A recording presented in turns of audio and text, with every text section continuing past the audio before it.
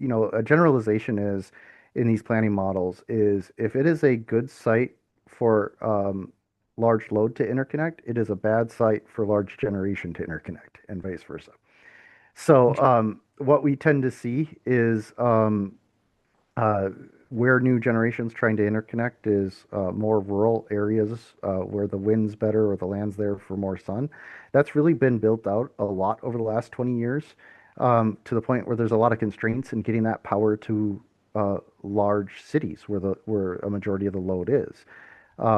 So another aspect of siting these like a data center is potentially going a little more rural, closer to where these generators are connecting and a little farther out from the large loads centers like we're seeing here. That's a large uh, solar that farm that has site control. They're not even in the generation interconnection queue. If they entered the queue today, it could be 7 years before they get the study results knowing whether or not they're commercially viable to interconnect.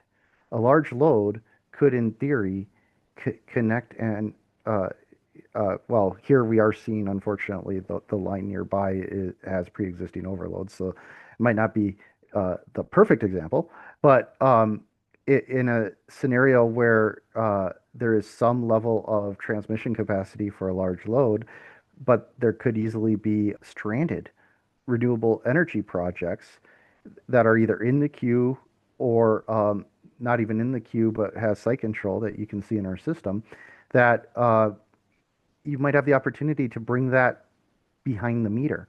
And then they can skip the interconnection queue, accelerate their project by 5 to 7 years.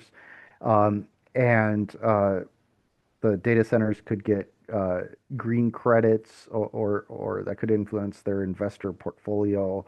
Um, that it can really be a big win-win for both the data center and the renewable project.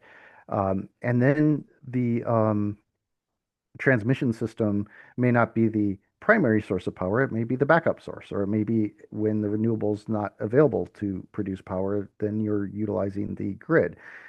But if you're in a generation rich area where there's a lot of, say, solar farms, when the sun set, they're using that existing transmission system that was built for those solar farms to get that power primarily to cities.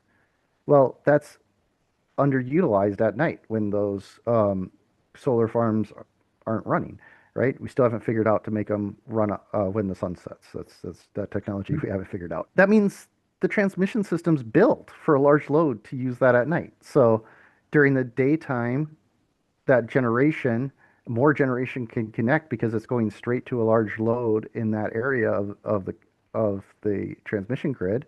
And at night, the transmission grid has been built to get that generation out into the bulk system, can now be used in the opposite direction to serve a large load in the area.